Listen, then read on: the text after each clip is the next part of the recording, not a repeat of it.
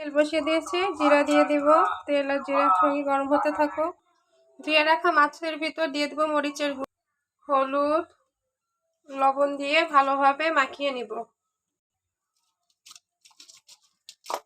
এই যে আমি মাছগুলো সুন্দর করে মাখিয়ে নিয়েছি, এবার ভেজে নিব।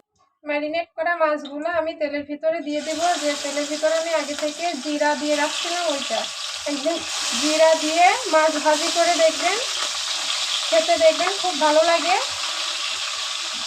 এক সাইড লাল করে ভেজে নিয়েছি, অপর সাইড মাছ তুলে নিয়েছি। পেঁয়াজ, আদা, এখানে জিরা, সরিষা বাটা, রসুন, এই যে অল্প একটু পেঁয়াজ বাটাও দিয়ে দিচ্ছি, লবণ, ভিতরে শুকনো মরিচ দিয়েছি, তাই এখন হলুদের গুঁড়া, ধনিয়া গুঁড়া, মশলা ভালোভাবে কষানো হয়ে গেছে। এবার পরিমাণ মতো ঝোল দিয়ে ভালোভাবে ফুটে গেছে, বেগুন দিয়ে দিব।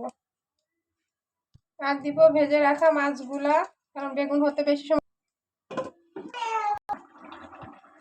আমার রান্না শেষ। যে আমার রান্না কেমন হয়েছে জানাবে কমেন্টে। আল্লাহ হাফেজ, ভালো থাকো সবাই।